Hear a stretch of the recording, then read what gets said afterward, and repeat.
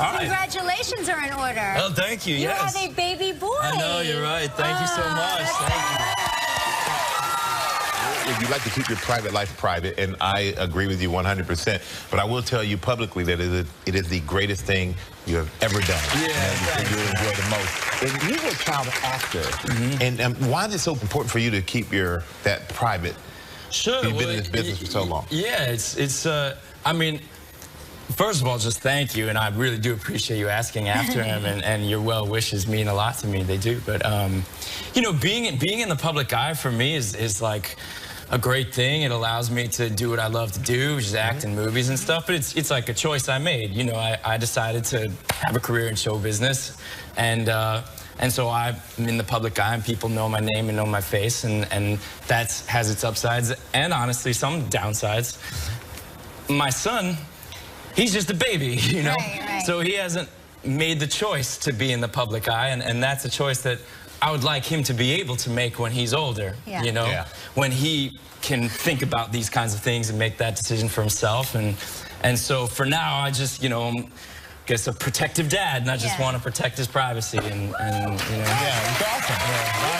You made the choice to go into show business very early. I mean, you were 6 years old when you started. Right? I remember the first conversation that I had with my mom. Actually, I remember it really vividly because it was, you know, an important moment in my life. We were in the kitchen, and we were she was putting away groceries. I remember this, and at that time I was doing like community theater, and I sang in a choir and stuff, and I grew up in the Valley in LA, and so some of the kids that were in my community theater went on auditions for commercials and TV shows and stuff like that.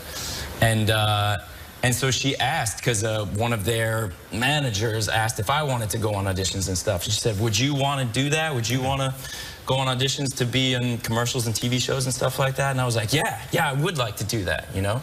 But she asked if I wanted to. Right. And then throughout working as a kid, I always just really loved doing it. But of course, there are days when you don't feel like doing it. And anytime I would be like, oh, I don't want to go to this audition today or whatever, she would always say, you don't have to. You can stop this anytime you want to. Right. She's the opposite of a stage mother. She's a great stage mother, you know, because she encouraged me and supported me because she knew it was something I loved to do, but she never pressured me into doing it. That's great. And always gave me that decision. But we actually have a tricky commercial you did right here. Oh. My tongue is twisted looking at that. Wow. I don't even remember that at all. That's so funny. All right, so we'll be right back with Gordon-Levitt to talk about The Walk. Of The Walk, and you play Philippe Petit, who's a French tightrope artist who walked between the Twin Towers. Now, did you actually train with him for this role?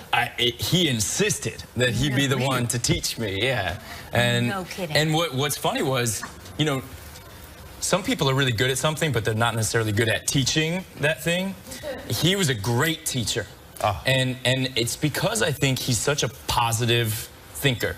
This is like I think his central quality is he's an optimist. Right. He'll never think about like, oh no, what if I'm not good enough? What if it doesn't go well? What if I fall to my death? What if I fall to my death?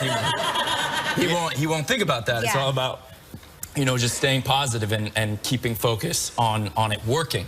And that's ideal for a teacher because he makes you believe that you can do it. So where do you train with him? I mean, do you go like, do you go to the circus, or I'm trying to figure out like where would you train? I went to where he lives in upstate New York. Okay. He's French, but he actually after The Walk he became a New Yorker. He never went back to France. He loves New York so much, and he lives upstate now. And I went up there, and he set up this whole workshop in like a disused warehouse. And he had, you know, a practice wire just a few feet off the ground. Then he had a higher wire 6 feet off the ground. And we just spent 8 days straight together. And he said, by the end of these 8 days, you will walk by yourself. And I was like, that sounds really ambitious. Are you sure? Right. But that's what happened. I love it. Like he trains his whole life to do this thing, and he's like, "You have 8 days. Don't worry about it. Let's go. Let's go." Look, I mean, I wasn't 1,300 feet in the air like he was, so let's, you know, be real about it. Now, have you taken your family to see the movie?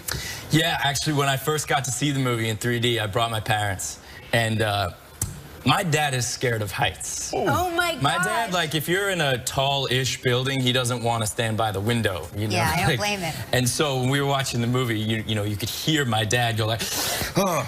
And stuff like that. It's just not a sound you usually get to hear your father make, you know. It was a lot of fun, I gotta tell you though, like watching just even the trailer for this movie and seeing those beautiful buildings, the World Trade Center, it just, it almost seems like a gift for us, at least here in New York, to see those buildings again. So I thank you so much for bringing them back to us, even just for this moment in this film.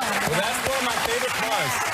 We're going to take a look at the clip, and in this clip, a frustrated Philippe is looking for a way to make his dream come true. So here is Joseph Gordon-Levitt in The Walk. Yo, how you doing?